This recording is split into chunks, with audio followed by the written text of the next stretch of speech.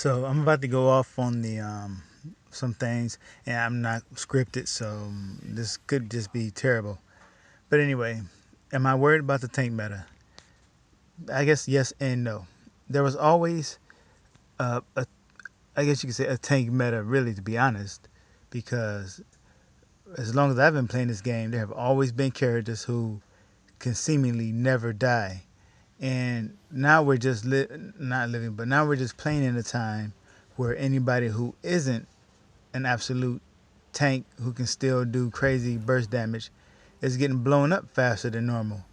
It hasn't actually changed though from having those players who just pretty much won't die. You know, if you have certain wardens out there, certain stamp crows, and it's even certain DKs, certain stamina builds, and even occasionally some magic builds like a magic DK who just builds really tanky. Like they won't die. You know, if they don't want to die, they won't die, and that will never change.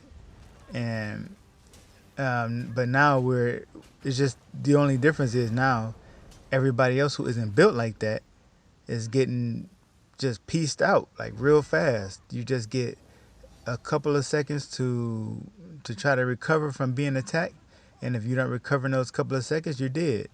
And so there's just this real sort of wide gap between survivability and not surviving, and only certain builds and certain classes can really build tanky as hell and still just turn around and burst you, with some crazy damage. And most of those are stamina builds. Now with the changes to some light armor and medium armor bonuses, magic classes are going to get stronger now, especially if they're wearing medium armor, because they're going to get higher spell damage, and that could mean more procs too, which I don't really care for. But let's say Magic Templars, now they're going to get more spell damage on their Balanced Warrior passive, and they're going to get spell damage on medium armor should they choose to wear it. And I will be one of those players who probably switch to medium armor because my Magplar, uh, who I've been playing with since day one, my first character I started with Somerset in, has always been wearing basically the 5-1-1. It's 5 light, 1 medium, 1 heavy.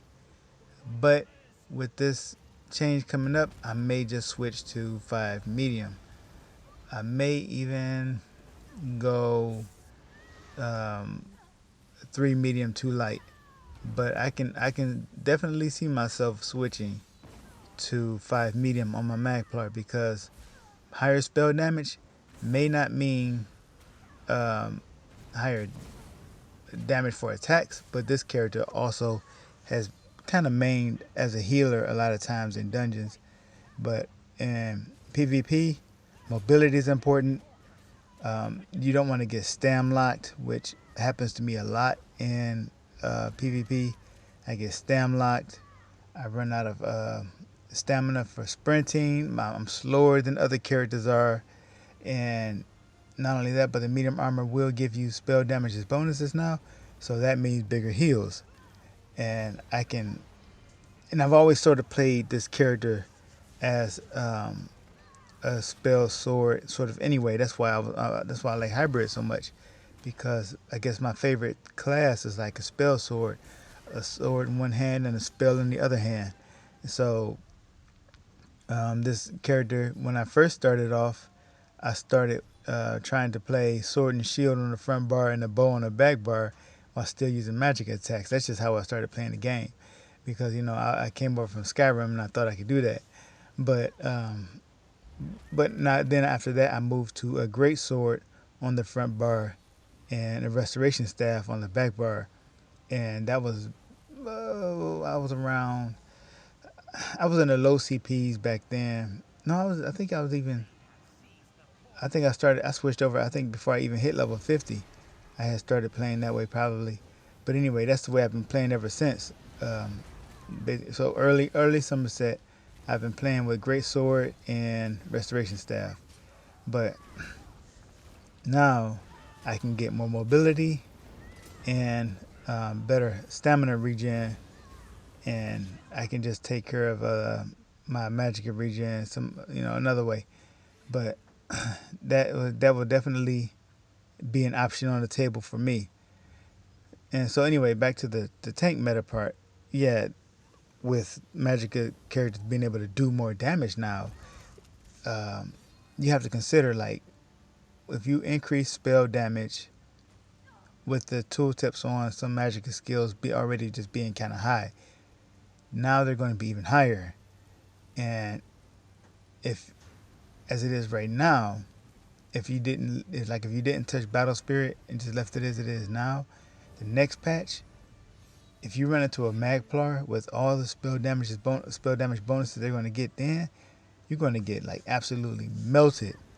So that extra 10% or whatever percentage that they're adding on to Battle Spirit is not really that worrying to me, because I can just look at the buffs that Templar is getting right now, and that makes me want to put on some heavy armor, not even heavy armor, but just some really defensive sets.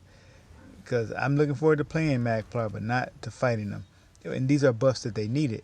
They needed a buff to power of the light or purifying light.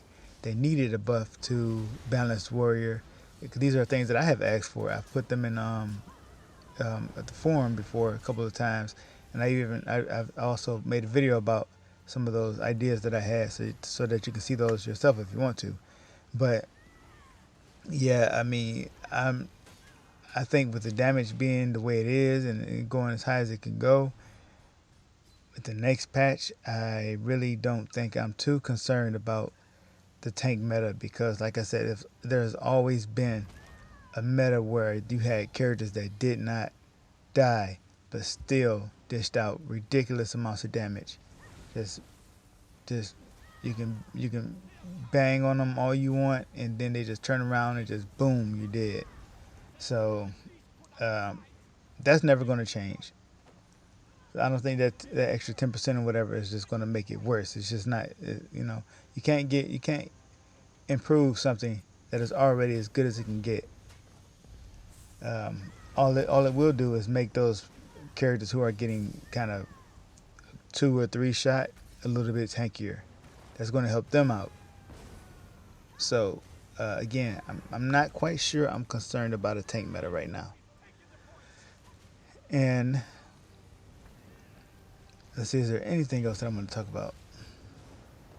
I think that was pretty much it. But yeah, I'm definitely looking forward to the next one with these armor passive changes because I haven't been so excited for a change since the Altmer got weapon damage. Because I was like, yes, this is going to be exactly what my Necro hybrid needs. She's a high elf, and I was like, yeah, this is what she needs.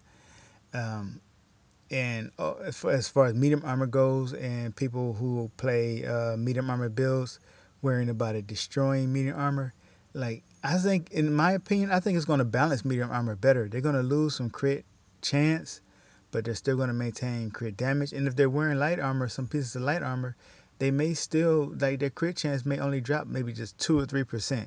That's it, most likely. So they may go from like 18% down to 15% or 15% down to 12%. Like that's barely noticeable. Um, you shouldn't even be worried about that. But I think the main people who are crying about losing that extra little bit of crit are Nightblades, and I really don't care for their tears at all. I don't care. Keep crying. You guys are, a lot of y'all just really annoying. You play like cowards anyway, so who cares really? But you lose that little bit of crit chance. It's no big deal for characters who are not critting very much and are still hitting like a truck. And if they're wearing Malakath, like really, then at that point, really, who cares? And so I think, like I said, the people who are crying about medium armor losing crit chance are really just probably mainly Nightblades and not the majority of the.